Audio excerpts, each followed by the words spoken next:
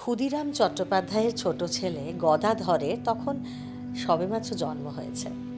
তখনও রামকৃষ্ণ নাম দেওয়াও হয়নি তার, একেবারে সদ্যজাত। সেই সময় থেকেই এই শিশুর কাণ্ডকারখানা দেখে বাড়িশুদ্ধ লোকের একেবারে তাক লেগে যেত। এ শিশু জন্মের পর থেকেই একটা না একটা ঘটনা ঘটিয়েই যাচ্ছিল। এই তো জন্মের পরেই একটা অদ্ভুত কাণ্ড ঘটালো একদিন। শিশুকে সেদিন কোথাও পাওয়া যাচ্ছে না। বাড়ির লোক তো ভয়ে আকুল। অবশেষে তাকে দেখা গেল উনুনের ছাইগাদার মধ্যে। সদ্যজাত শিশু জন্মের পরই হড়কে গিয়ে এসে কি করে যে ছাইগাদায় এসে পড়ল, সে নিয়ে তো কেউ কোনো হিসেবই মেলাতে পারল না। শিশুর ধাইমা তো বুঝতেই পারলেন না যে এটা ঘটল কি করে। যাই হোক, তড়িঘড়ি তাকে তুলে নিয়ে স্নান করিয়ে শুইয়ে দিলেন মায়ের পাশে।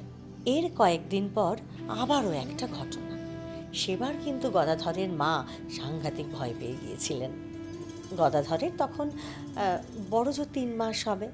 অভাবের সংসারে ছেলের পাশে মায়ের তো আর বসে থাকলে চলে না। মা তাই সংসারের কাজে লেগে পড়েছেন, আর ছেলে শুয়ে আছে একাই। একটু পরে ছেলের খাবার নিয়ে ঘরে ঢুকলেন চন্দ্রাদেবী। আর ঘরে ঢুকতেই মাথাটা তার একেবারে ঘুরে গেল। ভয়ে চিৎকার করে উঠলেন তিনি, আর একটু হলেই হাত থেকে তার খাবার পড়ে যাচ্ছিল। কি দেখলেন গদাধরের মা? তিনি তার ছেলেকে কোথাও খুঁজে পেলেন না।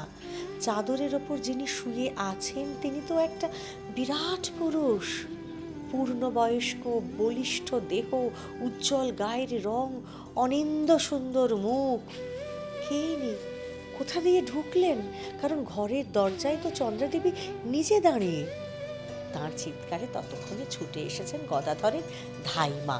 ধনিকামার নিয়ে এসে কি হয়েছে মা, কি হয়েছে মা জিজ্ঞাসা করতেই কাঁপা কাঁপা হাতটা তুলে বিছানার দিকে দেখালেন চন্দ্রাদেবী। কিন্তু কোথায় সেই পুরুষ? তখন তো সেখানে তার সেই দুধের শিশুটিই শুয়ে আছে, খিদের জ্বালায় সমানে কেঁদে চলেছে। না, এর কোনো ব্যাখ্যা খুঁজে পাননি চন্দ্রামণি দেবীও। এই ঘটনা বলতেও পারলেন না কাউকে। শুধু ভাবতে লাগলেন যে কি দেখলেন তিনি, যা দেখলেন তা কি সত্যি? এমনই সমস্ত অভাবনীয় ঘটনা, আমাদের কিছু জানা কিছুটা অজানা ঘটনা বা তথ্য জানতে আমাদের সঙ্গে থাকুন আর শুনতে থাকুন শুধুমাত্র প্যাস্টেল স্পিরিচুয়াল। আপনারা আমার সকলের ভালো থাকার পাশে।